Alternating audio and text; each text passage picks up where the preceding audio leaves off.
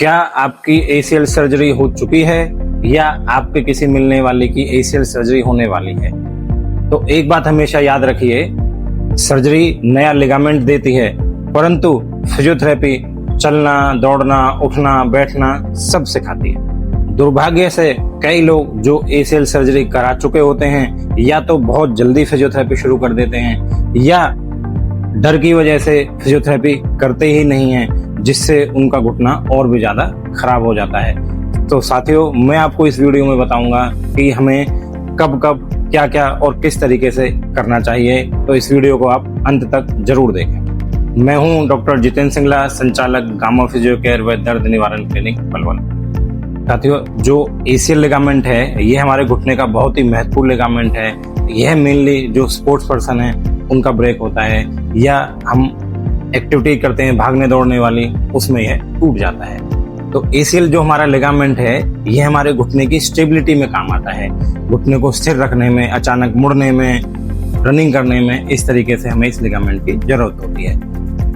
दोस्तों, ACL ligament जब break हो जाता है तो सर्जरी इसकी हो जाती है, परंतु इसका जो असली इलाज है वह सर्जरी के बाद शुरू होता है, क्योंकि सर्जन एसीएल को सर्जरी में तो फिक्स कर देते हैं, उसके बाद कब इस घुटने को मोड़ना है, हमें कितनी मूवमेंट देनी है, कब हमें चलना है, कब हमें सीढ़ियां चढ़नी है, कब हमें नीचे बैठना है, कब हमें रनिंग शुरू करनी है, तो यह सारा काम हमारा फिजियोथेरेपी के अंडर आता है। साथियों, जो एसीएल रिहेबिलिटेशन है यह 4 पार्ट्स में, 4 चरणों में डिवाइडेड होती है।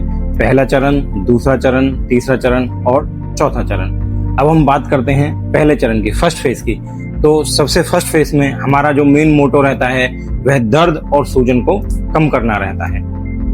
साथियों, अगर फर्स्ट फेज में सबसे पहली ही बार में अगर हमारा जो घुटना है वह थोड़ा सा, कई मरीजों का दर्द की वजह से या अच्छी फिजियोथेरेपी न होने की वजह से फ्लेक्शन डिफॉर्मिटी में चला जाता है, तो हमें यह ध्यान रखना है घुटना हमारा मुड़ा ना रहे। हमारे घुटने की जो सिधाई है, जो एक्सटेंशन है, वो पूरी रहनी चाहिए। अगर हमारा एक्सटेंशन लेग रह गया तो यह परेशानी हमें हमेशा आगे जिंदगी भर झेलनी पड़ेगी और एसीएल की रिकवरी अच्छी नहीं होगी। दूसरा चरण, second phase, range of motion, घुटने को धीरे धीरे मोड़ना और घुटने में ताकत बढ़ाना, range of motion and strengthening. साथियों, इस सेकंड फेज में हम धीरे धीरे जो घुटने की रेंज है, घुटने का जो मोड़ना है, उसे बढ़ाते हैं और घुटने की स्ट्रेंथनिंग एक्सरसाइज, नी एक्सटेंशन एक्सरसाइजेज, नी फ्लेक्शन एक्सरसाइजेज, हिप और कोर स्ट्रेंथनिंग एक्सरसाइज की जाती हैं, जिससे हमारा जो लोअर लिम्ब है वह मजबूत हो।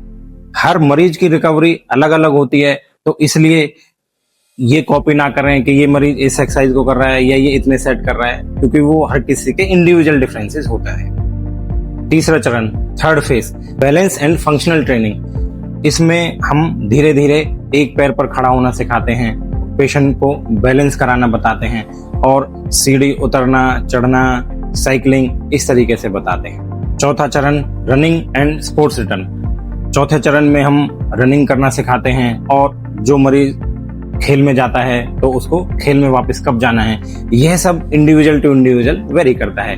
हमें खेल में तभी जाना है जब दर्द ना के बराबर हो, पेशेंट सारी एक्टिविटीज कर पा रहा हो, सिटअप स्क्वाट्स कर पा रहा हो, साइकिलिंग कर पा रहा हो, रनिंग कर पा रहा हो, तभी हमें पेशेंट को रिटर्न टू स्पोर्ट्स करना है।